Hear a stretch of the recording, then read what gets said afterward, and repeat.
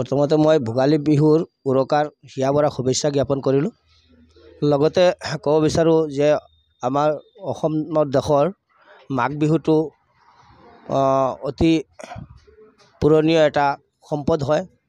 আমাৰ অসমীয়া ৰাইজে এই মাঘ বিহুৰ আগৰ দিনৰ উৰুকাত এসাঁজ একেলগে খাওঁ, একেলগে খাই শেষ নিশাতেই মানে মেজি জ্বলায়।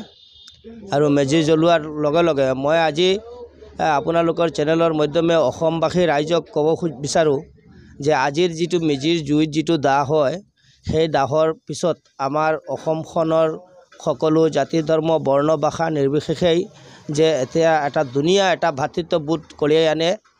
আৰু যিখিনি হৈ গৈছিল আজিৰ এই উৰুকাৰ মেজি জ্বলোৱাত গোটেইখিনি দাহ কৰিব লাগে আৰু নতুন এখন দুনীয়া নতুন এখন অসমৰ সোণৰ অসম গঢ়াৰ চেষ্টা কৰিব লাগে। আৰু তেনেকুৱা হওক বুলি আমি ঈশ্বৰ আল্লাহৰ ওচৰত আমি প্ৰাৰ্থনা কৰিছোঁ। সদশেষত মই পুনৰবাৰ অসমীয়া বৃহত্তৰ জাতিসকলক আমি মানে ভোগালী বিহুৰ শুভেচ্ছা জ্ঞাপন কৰিছোঁ।